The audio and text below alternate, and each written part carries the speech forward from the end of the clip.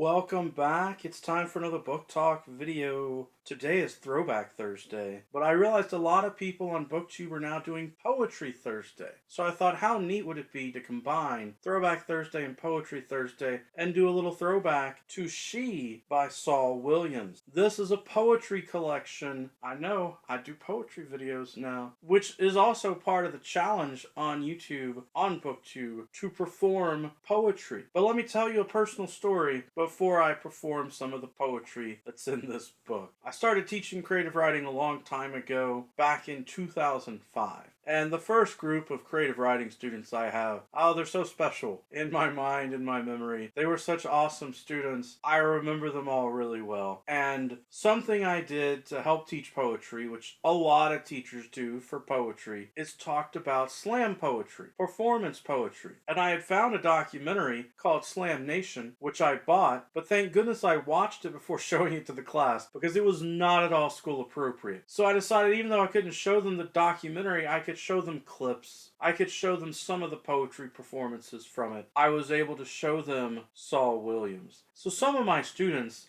just fell in love with the poetry of Saul Williams, and I don't blame them. He's one of my all-time favorite poets. But then they decided to skip school. Several of my creative writing students skipped class. They drove down to Austin, Texas, because Saul Williams was doing a poetry performance along with a meet and greet, book signing, and they were super excited to go and do that. In a sense, I don't blame them for the awesome experience. While they were there, they actually got Saul Williams to call my phone, but it was during class, and I'm such a responsible teacher, I didn't answer the phone, which means it went to voicemail. But that was neat, because I had an actual voicemail from Saul Williams telling me that I was a horrible teacher because my students were skipping class to go listen to his poetry. They also got me an autographed copy of the book She by Saul Williams. Saul Williams wrote, "Jeremy, may these words bring worlds." And I love that. May these words bring worlds. I've always remembered that. And Saul Williams was a great inspiration for me going out and doing slam poetry myself, performance poetry. As well as the Fort Worth Slam team, I have to give them credit for inspiring my first poetry performance. But back to Saul Williams. This is a great book. It's a great collection of his poetry. A lot of his best poems are not even in this book, though. If you're at all interested in poetry, especially writing poetry yourself, doing slam poetry, performance poetry, look up Saul Williams on the internet. You can watch videos of him on YouTube. In fact, you can actually find clips from Slam Nation. But alright, here we go. This book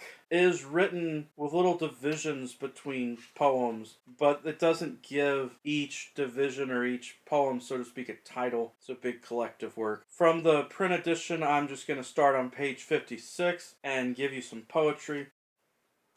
I chased birds today. I sang on a sphere, changing octaves through fear. Wedged my voice into the bark of trees. Cleared my throat, and my throat clearly soared amongst those chased birds. Chased words in the ghetto of my mind. Sentiments, tenement, prolific project. 12-story complex, but only one landlord. And I'm behind in rent, and they're threatening to turn off the lights. Why do I allow such tenants? They never pay on time, and actions speak louder than... But I have a million ideological mouths to feed. Children who play hooky on the roof of my mouth, and every cavity has its squatters. All this before a single word is said. I am still, but seldom silent. I live in a beautiful home with no natural light. I entered her room to find her in darkness, standing on a chair, reaching toward an ever-rising ceiling. I knew her mother walked on the floor above in the room where my grandfather once hung. Now hangs a chandelier that will never burn as bright as he. When will I begin to write about darkness and silence again? I have found the time to complain about what this room does not admit. Sunlight, hints of an outside world. But last night I slept in the room that is visited by the sun every morning and realized the amounts of noise it is also visited by. My room is dark and silent. The sun's light will not reach in this room. You will learn to let your light so shine. You will sit in darkness, swallowed by silence, until the angel of solitude ignites your spine. I have pentagrams for hands, and palms that seldom flicker. Let me touch the burning embers of your soul. High John the Conqueror awaits you, light my coal. 7 candles come September will be whole. 9 moons before the days foretold by runes. 2 autumns and I have not changed enough. I don't trust the man that I am becoming. He seems too much, and seldom is.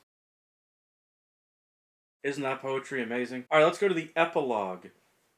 And they began to cough up the universe's distortion, a yellowish mucus that clogged their nose and chest. They slept and dreamt in startling clarity. Awake! They would stare into seemingly blank space. Perhaps they could not decipher what they saw, but that is probably not the case. They were sick with understanding, and understanding that practically dripped from their ears. Many of them believed they were dying. They sat in their beds, refiguring their diets. They thumbed through books, adding up their symptoms to determine specific ailments. They created tonics and dug up age-old remedies, but it was that which age-old that they were coughing up. Balls of tissue heaped like pyramids at the side of a bed. Flush go around like wake-up calls, and one by one they woke. Their clarity sometimes frightened them. They were not used to this brand of understanding that charged them with the inevitable power of disrupting comfort zones. In a new age such as this, comfort zones are the first to go. When 2 or 3 gathered, they would glow. They were attracted to each other like crystal clusters, the very likes of which remain on her fingers. The question remains, like steaming heaps of ruins of newly bombed cities, we wander aimlessly, perhaps only to find the ring of a loved one now gone, and I pose questions as if there were a camera.